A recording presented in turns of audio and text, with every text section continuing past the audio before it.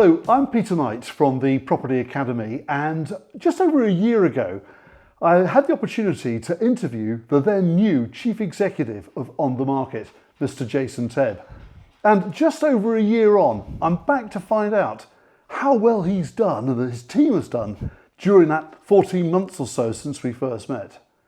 So, JT, just over a year, you've been in the hot seat, end of term report. What would it look like? I'm pretty pleased. I'm pretty pleased with the way things have gone. I think that everyone always wants to move at a quicker pace. Everyone wants to develop new product and service much quicker than it's possible to do. But if I look back on where we are 12 months, as you say, just over 12 months on, I think we're in a really good place. Okay. One of the fundamental parts of what we tried to do was change the look and feel and sound of the brand. That was a response to listening to hundreds and sometimes thousands of our agent customers on my town halls. They all came on listening, and I was really keen to understand what they wanted and needed. And many of them were saying the brand needs a refresh. So I think the first piece that we really focused on was let's really make that change. Let's make it look fundamentally different, and 12 months on it does. Yes. So I'm pleased with that. I look at the other things I was keen to change, and that was, as I said, listening to the customer base. And that was one of the bits of feedback I had very early on. It's like, you must listen to what we want and need. And a lot of the new product service functionality that we've done now is as a direct result of the feedback of the agents that we've had. So I think I'm pleased around the innovations that we've made in terms of making sure the brand looks and feels different, and I'm very pleased to say that we're making a lot of changes on the back of what our customers tell us they want. So if I use a model that we used, what worked well, www.EBI. So what worked really well is the brand refresh, which of course is articulated in a new identity, new website, new marketing, new TV campaign. There's a heck of a lot of outputs there. So that's worked really well. And as you say, listening, you've been around the country. How many town halls have you done? I've done 50 or have you really? 60, yeah. Crikey, and you're getting on average how many agents attending? 40 or 50. Wow. So even my maths, that's sort of 2,500 agents that you've engaged with in that time, which is an extraordinary number. So that you've clearly worked well. What about the EBIs? What would have, when we met 14 months ago, you had the 4 pillars that you were seeking to implement. What would be an even better if? So you're right about the 4 pillars piece. So very early on, I highlighted that we wanted to focus on portal, software, data and market intelligence, and communications and marketing tools. Everything we've done this year has built in place the functionality to be able to offer those things to our customers. It would be even better if we had even more in that suite. It would be even better if we were executing tens of numbers of products in each of those pillars rather than just 1 or 2 or 3. I think the bit that I always want to improve on is the pace and speed of change and delivery. It's not uncommon amongst tech businesses. They have a roadmap, and our roadmap now extends out to 3 years. Crikey. And my big frustration, and something I'm always focusing on, is how can we move that 3-year roadmap down to a year? So I think the bit that I would love to do better and more effectively is that speed and pace. There's so many things that are being talked about. There's so many things on our own roadmap. There's so many things that agents are telling us they want and need, and we're desperate to deliver them, but it's about how quickly we can move forward. We're not the biggest team. We don't have the largest infrastructure. We have to go at the pace that's right for us. But I'd love to ramp up that pace in the future. I suppose it's about prioritising, isn't it? Because ultimately, every one of us is going to always have a to-do list. There's always things that you want to do to improve. It's the nature of how you are, I know from all the years we've worked together. So that whole idea around pace. But how do you prioritise what actually gets done first? What is your methodology and thought process behind that? Well, it's not easy, and sometimes methodology goes out the window, if I'm honest, because you can very clearly have a set of priorities and functions, and you say, we should execute these within a 6-month period. Then I'll go and sit on one of my town halls, and I'll speak to 30 or 40 agents, and they'll say, JT, wouldn't it be great if you could deliver this? And that should take priority, because that's our customer base telling us what they want. And that doesn't happen in this space very often, let's be honest. And so getting that feedback is so crucial to us that in at least 3 or 4 occasions I can think of, we've taken the messages that we've been told and we've moved the roadmap around, and we've come up with something that really focuses on that point in time. And an example of that is that in the last last round of town halls, I think it's 3-4 months ago, agents said, what we really want to do is be able to focus on winning new instructions. That's an obvious one. They always say that actually, but particularly at this point in time when there's never been lower numbers of stock for sale or for lettings, they wanted more tools to help them win new instructions. So we came up with this bespoke product that allows them to canvass and target off-market stock as well as potentially on-market stock. Was that in the original plan a year ago? No, it wasn't. But we built it because that's what they told us they wanted. And things like AVM, we just released a lettings AVM as well, and the agents were saying, it's really hard to find valuations from potential sellers, but it's even harder to find valuations from landlords. So we created the lettings AVM. So I think the answer is we always prioritize where we believe we are in our roadmap, but that roadmap does change because after all, we are 60% agent owned as a business, and therefore our customers should be able to tell us what they want, and I should be able to make those meaningful decisions to say that's what we do right now. So what I'm hearing is you've got a 3-year plan. You've got great ambition in terms of what you want to deliver on this, but you retain that ability to be spontaneous and flexible within the plan. So as market conditions and most importantly customer requirements come to the fore, you're able to say, okay, we're not just going to stick rigidly to this plan. We still have it. We're not throwing it out, throwing it away. But we are going to be able to be fluid and flexible within this. And this, for me, very much highlights what you said. One of the key things that you said you wanted to do was to listen, and you're giving yourself a big tick for that. And I think fair to say that that quantity of visiting and going and seeing people, particularly at this time, has been testing, hasn't it, in terms of being able to get out there and meet people and see people and so on. If there was a single theme that you were to pick up on, though, in terms of what the members have guided you or directed you on, you mentioned that they wanted an AVM and various other tools, but what's been the general sentiment that you've picked up from members about On The Market and how they feel about your business at this time? Well, it's changed over the past year, and that's why I think it's been so valuable listening to that customer base. When I remember just over 12 months ago when we first chatted, you asked a very valid question, which was, what's in your DNA? What are you doing? We've got the market leader who have the consumer brand, we have the second cab off the rank who focus on the data play. What space, I think it was your question, what space do you fill? And I said back then, serious property seekers. Yeah. And that's the single most important thing that our agent base are telling us that they want to. And we have worked so hard to try and focus on that serious property seeker for the same reasons I said a year ago. You don't need 150 million people visiting the site to be able to be confident that you have got the proportion of customers who are serious about transacting for sales or for lettings. You look at what our agents therefore tell us now, they're saying we are getting quality leads. We are not necessarily always wanting more in terms of volume, but we do want that quality. And we do want quality from people who have a potential home to sell, potential home to let, and from people who are serious about transacting, who actually pick up the phone when they call them, who want to do a viewing when they call in, they can book a viewing and will turn up to the viewing rather than cancel. These are things that agents probably have always wanted, but this is the place that we can own our little lane. We can own this lane because there aren't many advantages by being seen as somewhat of an underdog in the industry. There aren't many advantages to it, but one of the advantages is we can move quickly and pivot, which is the example I just gave. We can listen to what our customers say and then go and act accordingly. The second thing we can do is we can focus on market forces and see what the market dynamics are and be able to shift accordingly to make the most of those changes in market dynamics. Yeah. And I think now we're in a place that we've got these serious property seekers, this cohort that we focused on. We know they're serious because we ask them. We don't just assume they're serious. So we do our property sentiment index, which is live every month, and we get thousands of responses from people who visit the site. Well over 70% of our buyers tell us that they're serious and confident about buying a property within 3 months. In our last report, over 80% of sellers were confident. They said they would sell within 3 months. So these are really serious, motivated people who have confidence in the property market. And I think from a portal perspective, that's what agents want, and that's what agents need. That's certainly what they're telling me. We don't need 100 buyers. No, and absolutely.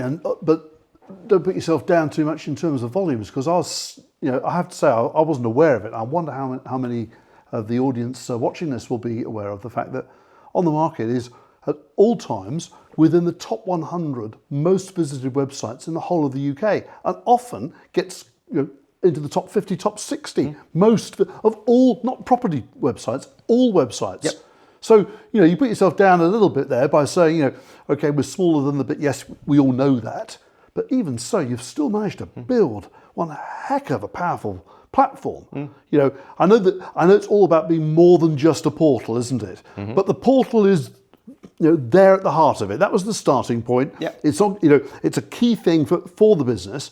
But you want to do more than just a portal. So the portal gets a tick in terms of the scale and volume, and a tick in terms of the differentiated customer base that you're attracting. Okay, so that's really good.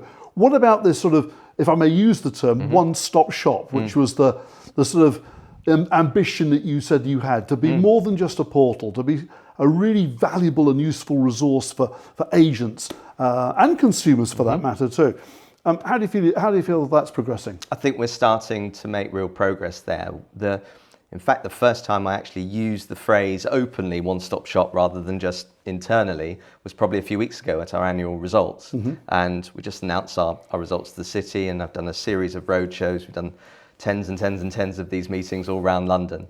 And the concept of one-stop shop is something that really does pique the awareness and the understanding and the interest of our customer base and our investor base as well.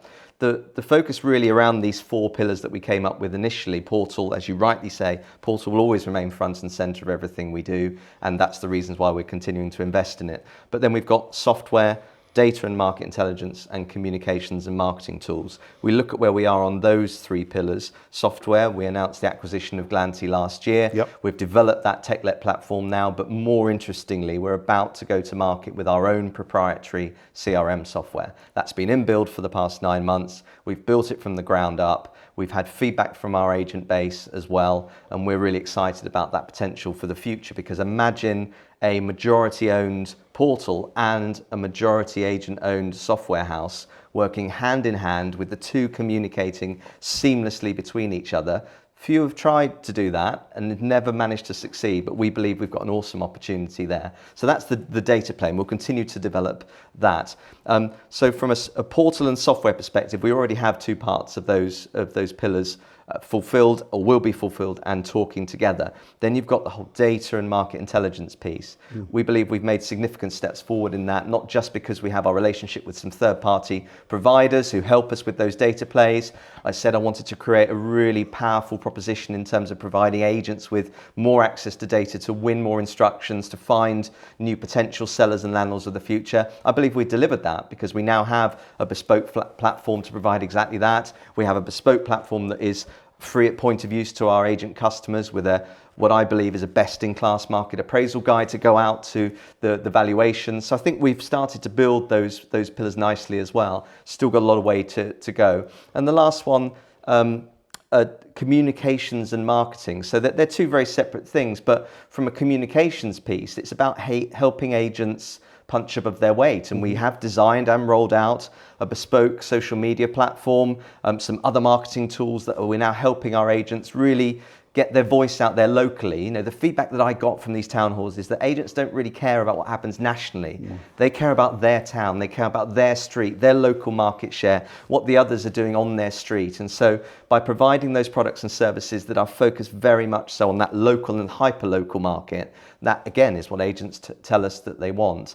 And then of course the marketing tools are obvious. Agents always want access to more tools, more marketing tools, more ability to be able to win more instructions and get their share of voice in the mainstream media out there. And I think we've provided some good tools for them as well. So if you look at all 4 pillars and moving to this one-stop shop scenario, everything we've done certainly fits in those one of the 4 pillars. But actually, the ecosystem is vast. There's so much that happens before, during, and after a transaction. In fact, there's so much that happens before a property is even listed on the portal. You think about all the bits that have to happen. You've got photos, floor plans, virtual tours, money laundering, all of the things that need to be done.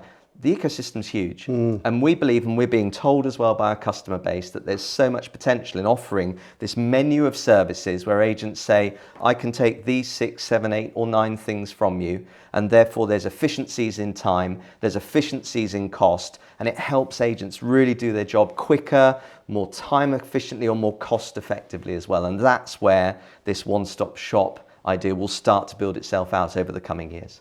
So if I was a record label sitting here and you were, obviously it would have to be a very successful boy band, but if you were here maybe 20 years ago, you were here having launched your first album. So what I'm looking on your first album is you've had a number 1, you've had a couple of top 10s, and actually the support tracks have been a good first album. But we all know that the second album is the hard bit, right? So you had this great 14 months with you at the helm. I know you've got a fantastic team, both from people that were with the business when you joined and subsequently some new hires, a really great blend of people.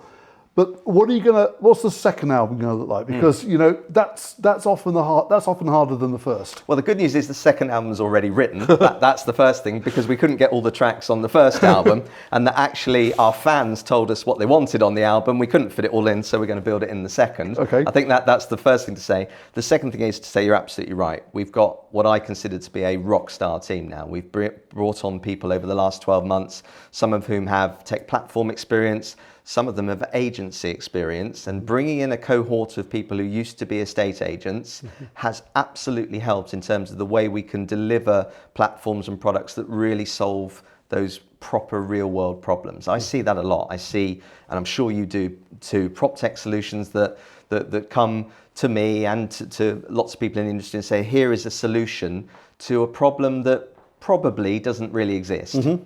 I think the fundamental difference with having a cohort of agents on board is we know if that's a problem or not. Yeah. We understand if that actually does take extra time for agents to do, or if there is a benefit to it. So I'm really pleased with the way the team's building. So I'd say the second album's already written. We've probably got a couple of little specials, B-sides on the end. And I'm confident that we're already gone to the third album and potentially a live show coming up in the future as well. So I'm super pleased with the way things are going. Fantastic. You talked about the importance, obviously, of doing all these things and getting the results, because you run a public company. It's majority owned by estate agents, but it's still a public company. You've got to look after investors' needs, and historically there's been perhaps criticisms of other firms that have gone public, where perhaps they serve their investors' interests maybe more than their customers' interests. And you have this sort of fantastic position actually, where they're one and the same for the most part. So you still got that there. But how do you feel the performance has been over this time, Jason? I'm pleased with it, and I'm pleased with it because, and I think you hit the nail on the head, everything we do must have the agent in mind. We are majority agent owned. 60% of all the shareholding is in agents' hands. So it's their portal. When way before my time, it was called the agent's portal. That's absolutely still the case today. And we pledged way back when the business launched that it would have fair and sustainable pricing for the portal service. That ethos still remains today, and we're still completely committed to having fair and sustainable pricing. However, we're now looking at all of the other suites of products and services that we can provide, everything else in the ecosystem, everything else in terms of 4 pillars execution, but also all parts of that one-stop shop. And I'm pleased that we've started not only to build that infrastructure, which was the most important thing to do, to build it, but now executing parts of it. I'm really pleased with the way that's developed. If you look at the headlines, you look at the numbers. So in terms of our revenue, we're up 32% year on year. There are not many businesses of our scale who increase at 32% year on year. Our average revenue per advertiser is also up 32% year on year. And our adjusted operating profit is up 13%. So these are the 3 key metrics that demonstrate that there's value in the platform. Our agent customers perceive that value. We want it to be fair to all parties, so we have to have fair and sustainable prices, but what we're being told and what we see from those numbers, that it is fair and it is sustainable. And that shows now that the portal part is both profitable, cash generative, and therefore a perfect fundamental from which to now look at other avenues and other strategies. And that's the reason we're doing the other ecosystem pieces, because that portal is so solid in terms of its revenue generation and in terms of its future as well. Yeah, well, look, it's a cliche. No profit, no purpose, right? I mean, you've got to make money in order for the business to survive and exist. I think the criticism that's been made of other businesses in the space is the degree or the margins that are achieved, whereas you're operating on good margins, but perhaps ones that are more relatable from your customer base perspective. I just want to drill in a little bit further from the whole investor piece. I mean, you've talked about how you're developing new products and services which work really well for the consumer and for your agent investors. And I'm sure your agent investors are loving these new products. But ultimately, JT, investors want a return, don't they? That's why they invest. They want a financial return.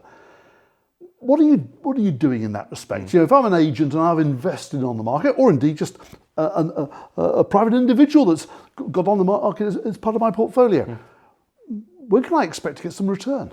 Well, the first thing was to make money, and we're now profitable and cash generative, and I think that gives us a real good fundamental to grow and develop, because as long as that business, the core business, which is on the market, is profitable and cash generative, then that helps power our roadmap for the future. But you're absolutely right. This is a PLC. It is a business entity, and it is required, and there's an expectation to generate revenue and to make some profits. It's not a dirty word. And actually, seeing as we're 60% agent owned, it would be a good thing if at some stage in the future, if there was any excess cash, that could be returned to our shareholders who've been super loyal to us in the past. We're starting to take steps to address that. So individuals may well have seen in the press a couple of months ago that we're starting to go through a capital reduction procedure. That's still in process. It'll take a couple of months. There'll be a court hearing. But effectively what that means is that once there is a capital reduction, that enables us to free up some excess capital, excess cash, that if the circumstances were right,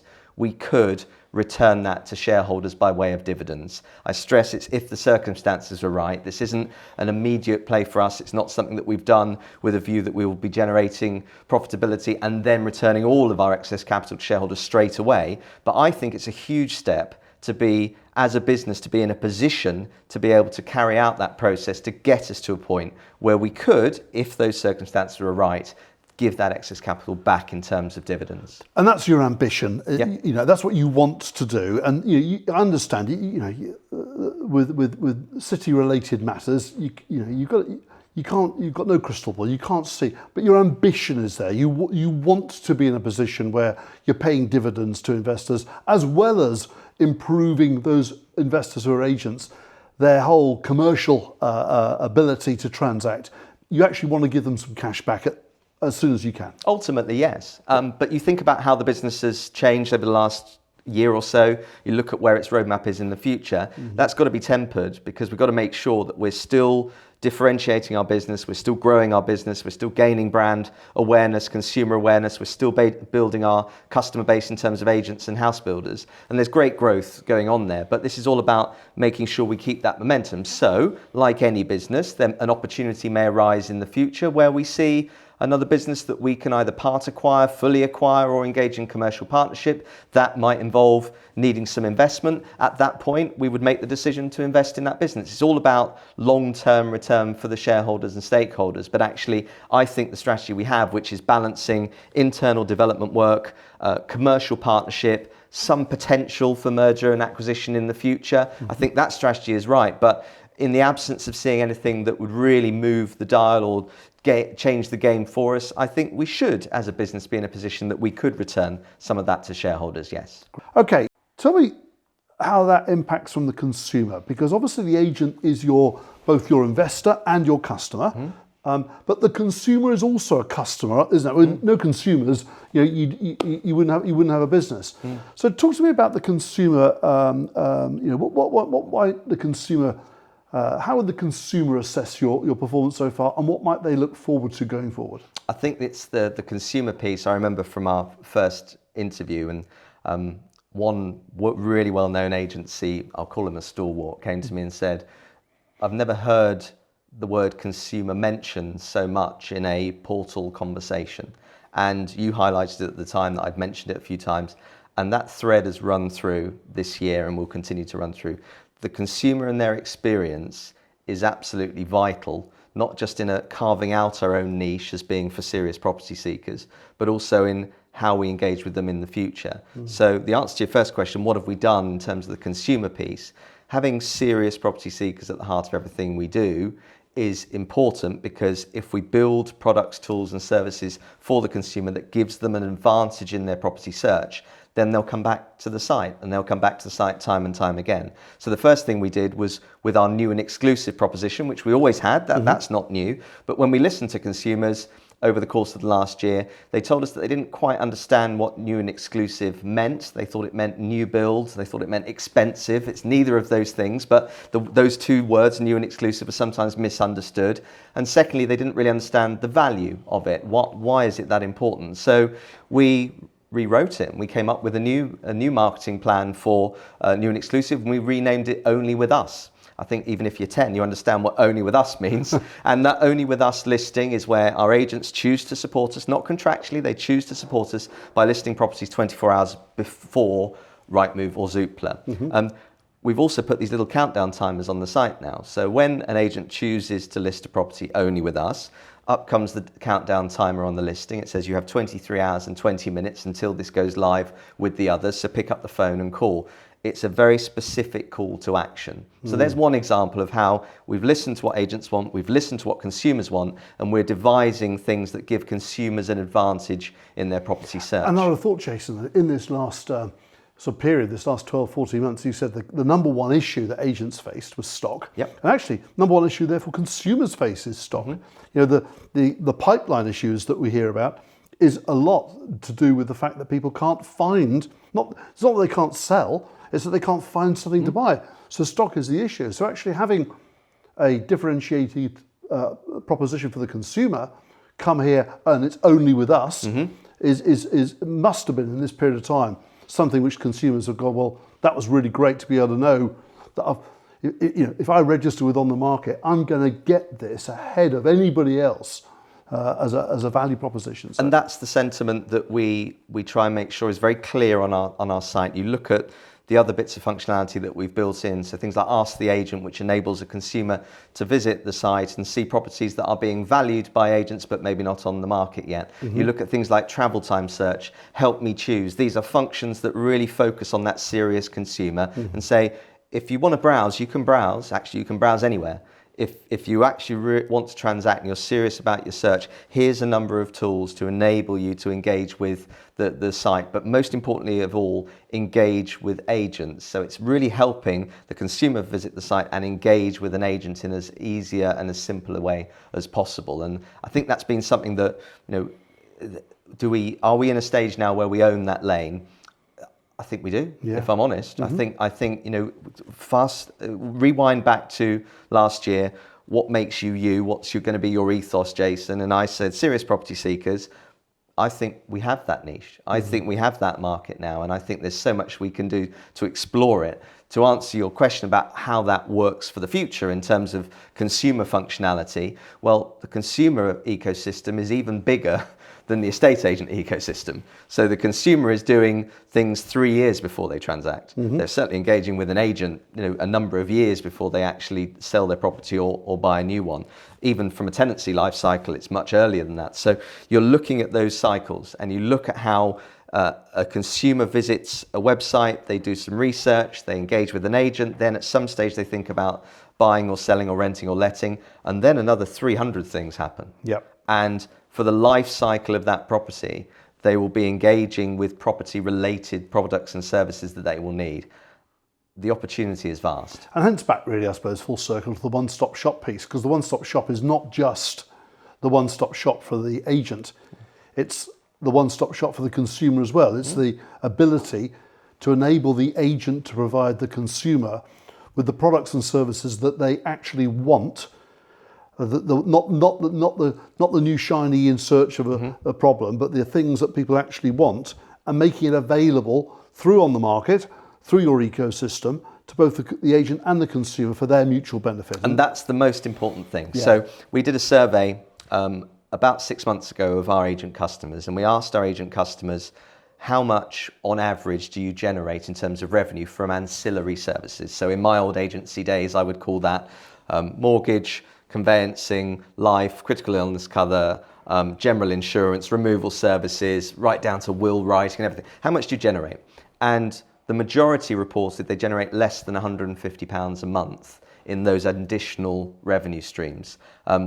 I used to work for a PLC. I worked for several corporates in agency. I'm not sure I'd be in a job if I had 150 quid a month per branch in terms of extra revenue. So I think that gave us certainly some insights into developing this consumer ecosystem to help the agent earn revenue for themselves, because there is opportunity there. There is huge opportunity, and we have a captive audience. You know, you think about, these are people who are coming to our site, who I've already said are keen to transact, who have told us that they're serious, told us that they're confident. We sit well within the top 100 most visited sites in the UK. We get 20 to 25 million visits a month. These are serious people who will buy other products and services if they're helped along in the journey. How can we help agents deliver those? By having a one-stop shop that works for agents and consumers, and then any other additional life cycle revenue help the agents to earn money for themselves. Fantastic. Well, you said right at the start that you're the acronym of LID, this idea of listening, innovating and delivering. And I remember you telling me about this, and I thought, well, it's a nice acronym, but are you actually doing it? You know, is it there? So you clearly tick the box of listening, right? From an innovation perspective, I think what you're saying is you've done some really good stuff, but you'd like to do more and faster. Yep. And perhaps that's the area where not frustration lies, but where you would really like to crank it further. And clearly, in terms of the results that you mentioned, you're delivering. So you tick those. So controversially, therefore, is your ambition big enough? Look, as I said, I'm pleased with progress, but I'm not in this just to be the third portal. I'm definitely not in this to just deliver a couple more products. I'm not in this to create a new fancy logo. I'm in this to make this the portal that always had the potential to be from the start. I'm in this to make sure that we engage with as many of our customers as possible and deliver a real best-in-class product and platform ecosystem. I think we had to take some very careful steps early on, because change is hard, right? It's hard. It's hard externally, it's hard internally, it's hard for all the people who've been working within the business and around it for all those years. So I think we have found that challenging, but we're over that change management process now. I can't begin to describe how much energy there is in the business, how much enthusiasm there is. The reason we came up with listening, innovating, delivering as our company ethos, as our new mission statement, wasn't because I scribbled it down, it's because that's what our staff said. So we went through a process about 5-6 months ago. Tell us what you think. Tell us what you think about the business, where we are as a business, where we want to be as a business. And listening, innovating and delivering came from them, not from me. And so everything we do is around that part of our company ethos now. And I think that we're just at the stage now where we've got those foundations in place, got those building blocks in place, and now we can kick on again. I'm massively ambitious. I'm massively focused on how big the portal could be in terms of its potential. But being a PLC, we had to make sure that we put in those foundations in a solid way rather than go off on a number of tangents and then not be able to execute this diversification strategy. But I think we're over that now. And so I'm even more excited about the future than I am now. Well, I have to say, working with your team, as we are doing for EA Masters, with On The Market being our principal partner, and also with the Best Estate Agent Guide this year, I can genuinely say that it's been an absolute pleasure working with so many truly enthusiastic individuals who, really want to help us to make the event even better. And I think this is a theme, isn't it? Take something that's already good and make it even better. Don't try to necessarily go searching for new stuff. There's actually plenty of good stuff already out there. Let's make it even better. Let's find ways that we could do it. So if you're going to, in closing, think about your top 1, 2, 3 things that you want to, so in a year's time I can remind you of how you've done. What will be the one, I'll be a bit grey by then, but won't we all? What will be the 1, 2, 3 key things that you would love agents and consumers to be saying about On The Market in 12 months' time? That they give an advantage to those serious home movers, serious property seekers, that agents find us incredibly good value, not just in terms of the portal piece, but in all the other products and services we'll offer. I think I'd be very excited if our agents were telling us that now they see this as an ecosystem that they can buy into, that they see this as a menu of services that they're now taking from us. You think about what agents have to do on a daily basis. They've got to log into 15, 16, 17 platforms a day to do their job. I remember when I was doing valuations, I was struggling to find all the bits I had to log into before going and sitting on someone's sofa. Imagine if we could bring that to 5 or 6 things to log in for. I'm not saying we recreate absolutely everything in the ecosystem. I want to get there, but that will take a considerable period of time. But imagine in a year's time if our agents can log on, go on to our back-end system, which is OnTheMarket Expert, and 5 or 6 of the things that they normally need to do every day were already fulfilled by OnTheMarket. I think that would be a very powerful message, a really good place to be. It makes sound business sense as well, because as we build the ecosystem, we build the revenue, which enables us to reinvest that revenue into building new functions, new functionality, new marketing strategies. So I think that would be a really good place to be. I think for the consumer, the key really is that exclusive content. I would love for more agents to support us with Only With Us listings. If we get Only With Us listings to say, I know a few thousand agents supported us with Only With Us listings, and there was tens of thousands of properties a week, not tens of thousands of properties a month coming online via Only With Us, that would massively move the dial. I'm asked all the time, what's going to move the dial? What makes you're on a journey, but what will make that journey go quicker? It's Only With Us. Only With Us is a proposition that features exclusive content, either for a period of time or permanently if an agent does choose to use it. There's nearly 1,000 agents who only use OnTheMarket, by the way, now, and we want that number to grow. But if more agents supported us with that, you watch that consumer traffic, you watch those eyeballs, and that really would move the dial. And everyone says to me when I meet professionally, personally, what's going to move that dial? How can you change the status quo? It's that exclusive content. So in a year's time, if I've got more exclusive content and I've got more parts of the ecosystem being fulfilled by us for our agent customers at fair and sustainable prices, I'd be very happy. Well, I think on the sounds of it, JT, the consumers and agents will be too. Well done on your first 12 months. Thank you. Look forward to seeing how you continue with the second album, but by the sounds of it, you've got it pretty well nailed. Well done. Thanks, Peter. Cheers.